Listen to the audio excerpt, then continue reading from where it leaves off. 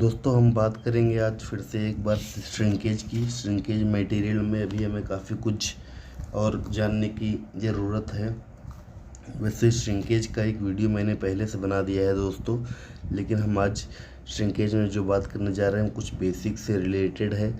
पर आपसे इससे पहले रिक्वेस्ट है कि आप मेरे चैनल को लाइक कर दीजिए, शेयर कीजिए और सब्सक्राइब कीजिए ज़्यादा से ज़्यादा, क्योंकि इस वीडियो का जो कंटेंट है वो बहुत ही ज़्यादा अच्छा है और बहुत ही ज़्यादा नॉलेजफुल कंटेंट है। तो दोस्तों, जो श्रिंकेज होता है वो होता है पार्ट के शेप में चेंज हो जाना। प्लास्टिक जैसे कि आप जानते ही हैं, जब हीट होता है तो वो अपने अंदर हीट एब्जॉर्ब कर लेता है और उसके शेप में चेंज आ जाता है। श्रिंकेज किस वजह से आता है, क्या वजह है श्रिंकेज आने की, उसके बारे में हम लोग डिटेल्स में चर्चा करते हैं। देखिए, एक रीज़न है कि रिंग प्लंजर डैमेज हो सकता है। जो आपका नोजल और स्क्रू के बीच में रिंग प्लंजर लगा है वो ज़्यादा कटिंग की वजह से, यूज करने की वजह से रिंग प्लंजर डैमेज हो सकता है। दूसरा है पार्ट कैचिंग आ सकती है। पार्ट कैचिंग की वजह से भी श्रिंकेज आता है। पार्ट कैचिंग जैसे कि पार्ट जो होता है वो कोर साइड में, कैविटी साइड में श्रिंक होने की वजह से कैच हो जा रहा हो मोल्ड में साइड में। दूसरा है कई बार श्रिंकेज की वजह से लॉक कैच हो जाते हैं और कई बार तो कोर साइड में पूरी तरह से ही कैचिंग हो जाती है। तो पार्ट कैचिंग जो होती है वो एक सर्टेन एरिया में होती है। इसका सोल्यूशन क्या है, आप मोल्ड में पॉलिश कर दीजिए तो श्रिंकेज नहीं आएगा। दूसरी बात यह है कि अगर कूलिंग लाइन जो है, कूलिंग सर्कुलेशन जो है वो अगर इम्प्रॉपर है, ओके नहीं है, तो भी श्रिंकेज आएगा। वाटर लीकेज इन मोल्ड, अगर मोल्ड में वाटर लीकेज हो रहा है तो भी श्रिंकेज नहीं आएगा। इम्प्रॉपर गेट है, इम्प्रॉपर गेट, अगर गेट इम्प्रॉपर है, प्रॉपर नहीं है, तो भी श्रिंकेज नहीं आएगा।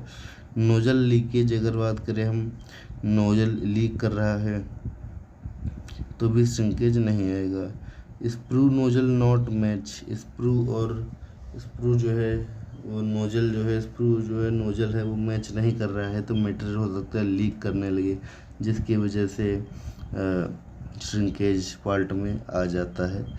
बैरल टेम्परेचर अगर इम्प्रॉपर नहीं है, ये तो बहुत ही लो है या फिर बहुत ही हाई है, तो उस कंडीशन में श्रिंकेज आ जाता है। दोस्तों, अगर होल्डिंग प्रेशर बहुत ज़्यादा हाई है या फिर बहुत ज़्यादा ही लो है होल्डिंग प्रेशर, तो श्रिंकेज आने के चांसेस बनते हैं। और अगर होल्डिंग टाइम की हम बात करें तो इसको तो आपको बढ़ाना ही बढ़ाना है, होल्डिंग टाइम को आप लो नहीं रख सकते हैं। और शॉर्ट साइज जो है वो लो नहीं होना चाहिए, शॉर्ट साइज आपका जो है ज़्यादा होना चाहिए, सही होना चाहिए, एक मतलब मटेरियल में होना चाहिए फिक्स। दूसरा है increase speed pressure high low, और जो इंजेक्शन की स्पीड है या फिर इंजेक्शन प्रेशर है वो ज़्यादा हाई हो सकता है या फिर ज़्यादा ही लो हो सकता है, उसकी वजह से आ सकता है। Insufficient cooling time, cooling time जो है वो इनसफिशिएंट है, सफिशिएंट नहीं है। ओवर पैकिंग की वजह से भी श्रिंकेज आ सकता है। हो सकता है कोई पार्ट जो है, कोई सर्टेन एरिया हो वहाँ पे पैकिंग ज़्यादा हो रही हो, कोई एरिया हो जहाँ पे पैकिंग कम हो रही हो। फिर है insufficient holding pressure and speed, holding pressure और होल्डिंग स्पीड जो है वो इनसफिशिएंट हो। Lack of mould maintenance, mould maintenance जो है, मोल्ड मेंटेनेंस में लैकिंग हो रही हो, मोल्ड मेंटेनेंस नहीं किया गया हो टाइम पे, उससे श्रिंकेज आ सकता है, क्योंकि कूलिंग चैनल्स ठीक से बराबर तरह से काम नहीं करते हैं। कूलिंग चैनल ब्लॉक हो, अगर कूलिंग चैनल ही ब्लॉक है आपके तो भी श्रिंकेज आ सकता है। और अगर डिज़ाइनिंग जो हुई है गेट की, पार्ट के गेट में जहाँ से मेटल एंटर करता है, अगर वो सही नहीं है तब भी श्रिंकेज आता है। पैकिंग प्रेशर जो है, इंजेक्शन प्रेशर है या पैकिंग प्रेशर है, वो भी अगर लो नहीं होना चाहिए, अगर ये लो होगा तो श्रिंकेज आएगा। होल्डिंग की बात की है वो तो मैंने पहले बता दिया है कि ये लो तो होना ही नहीं है। मटेरियल लीक कर रहा है, ये एक रीज़न हो सकता है, जैसे हमने पहले बता दिया है। आप टनज भी चेक करके देख लीजिए आपने जो टनज दिया है वो सही है या सही नहीं है, जिसकी वजह से श्रिंकेज आता है। अगर रीग्राइंडिंग बहुत ज़्यादा यूज़ कर रहे हैं तो कोशिश करिए कि कम से कम रीग्राइंडिंग यूज़ किया जाए, क्योंकि उसका प्रभाव पड़ता है रिंग प्लंजर पर। और बैक प्रेशर बहुत ज़्यादा नहीं दीजिए, थोड़ा सा कम कर दीजिए, उससे ओवर पैक होने चांसेस बन जाते हैं, श्रिंकेज आ सकता है।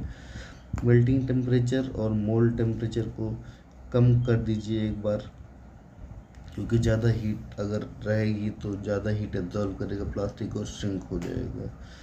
आप प्री ड्राइड मेटल ही यूज़ करें, अच्छे से जो ड्राई हुआ हो, मॉइस्चर नहीं होना चाहिए। श्रिंकेज में ये भी एक रीज़न हो सकता है। इंजेक्शन प्रेशर बढ़ा के रखिए, इंजेक्शन स्पीड बढ़ा के रखिए, शॉर्ट साइज बढ़ा के रखिए, और कूलिंग जो है वो भी इंक्रीज़ करके ही रखिए। और श्रिंकेज का ध्यान ये देना है आपको कि वो गेट पॉइंट के पास में है या फिर गेट पॉइंट के दूर में है।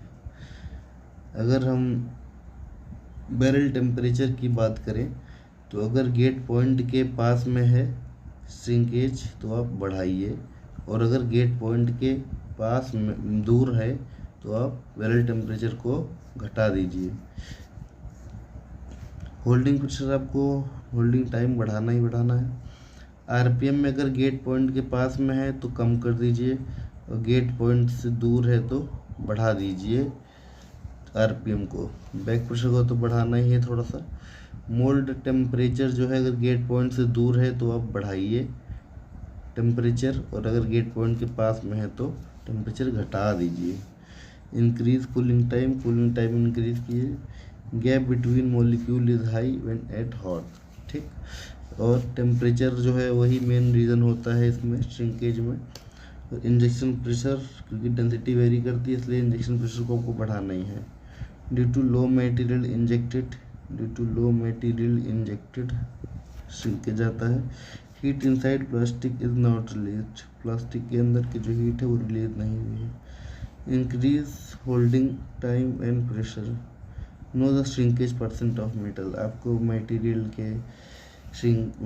का श्रिंकेज परसेंट के बारे में पता होना चाहिए, कौन सा मटेरियल है, कितने परसेंट श्रिंकेज उसमें आता है, तो उस हिसाब से मोल्ड की डिज़ाइनिंग होती है। साइकिल टाइम को बढ़ा के रखना है।